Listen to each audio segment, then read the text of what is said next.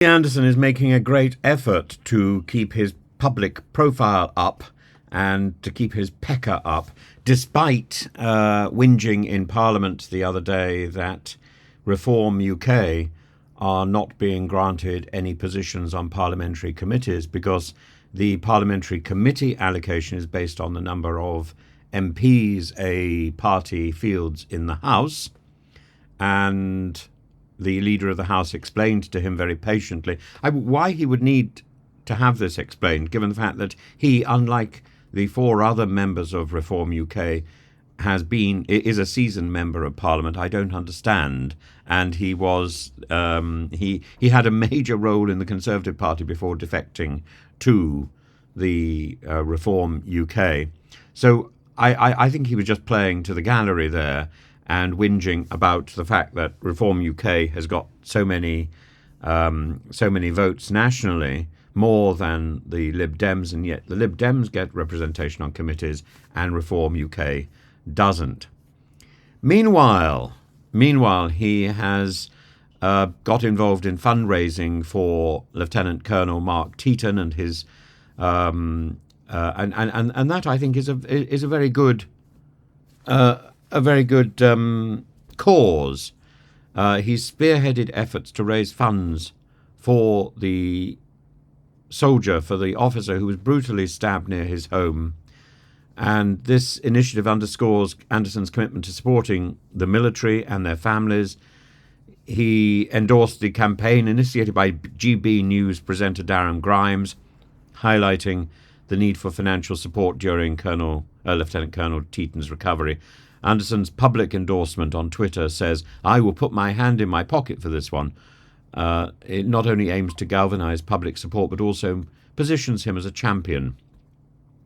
The fundraiser has already garnered substantial support, with over £17,000 raised towards a £20,000 goal, illustrating the community's willingness to rally behind this cause, as indeed people should. I think in the realm of parliamentary politics, Anderson has vocally criticised the exclusion of Reform UK from these key parliamentary committees, despite getting a significant share of the national vote. And his remarks reflect a general discontent with the electoral system, with the first past the post system, and he feels that the current system disenfranchises a considerable sector of the electorate that Reform UK represents. He's right, but that doesn't make it appropriate. He is right that the system needs to change, so go ahead and change it. Put in a private member's bill, change it, because this is the system that he knows operates in the House. And if he thought it was wrong when he was a Conservative cabinet minister, then that was the time for him to flag it up. Additionally, his comments on the controversial police incident at Manchester Airport further cement his tough on crime stance. But I think in this case he is wrong. Alongside Reform leader Richard Tice, he's defended the police officer's actions, which involved physically subduing a suspect, and his statement, "The vast majority of decent Brits would applaud this type of policing. We are sick of the namby-pamby approach. Time to back our boys in blue." Well, I entirely agree that we should be backing the police, but the video which has come out does not support the traditional form of policing that we hold up as exemplary in our society. His advocacy for robust law enforcement measures is perfectly reasonable. This was not law enforcement measures. This was a thuggish, emotional response to the fact that the people, the victims on the floor, had thrown punches and had injured police officers. Well, the video footage that I've got doesn't show what the victims did, but that doesn't matter. What matters is the image of a policeman kicking a person who is on the floor and who is defenceless. And however you spin this one, you can't get round the image which is circulating. It's that image, it's the optics.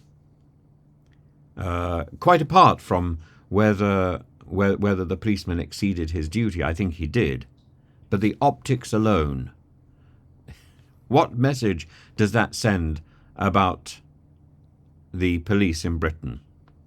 So if Anderson wants to back that, fine. What message does that send about him? His proactive fundraising efforts for Lieutenant Colonel Teeton are utterly commendable. And in fact also his questions about the way committee places are allocated in the House of Commons, perfectly commendable. But he has to change that, and he's had plenty of time as a former member of the Conservative Party to do so. He's been a member of the Labour Party, the Conservative Party, Reform UK. He should know how things work. And to be standing up in Parliament now comes across as a bit of a whinge, but it's a whinge with good purpose. However, his support of the Manchester Airport Police is jumping on one bandwagon too many. And stronger policing may well resonate with a significant portion of the public. But this is not about strong policing. This is about police overreach and about the invasion of civil liberties and the optics of thuggery in the name of law enforcement. And I think he's on the wrong side of this debate, unfortunately.